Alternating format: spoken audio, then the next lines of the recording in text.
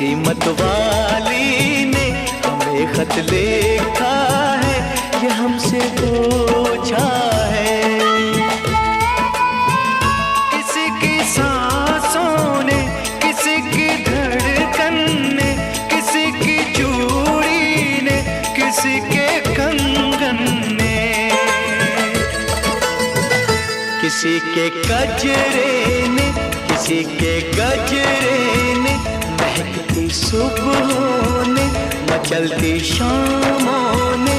अकेली रातों ने, अधूरी बातों ने, तरसती बाहों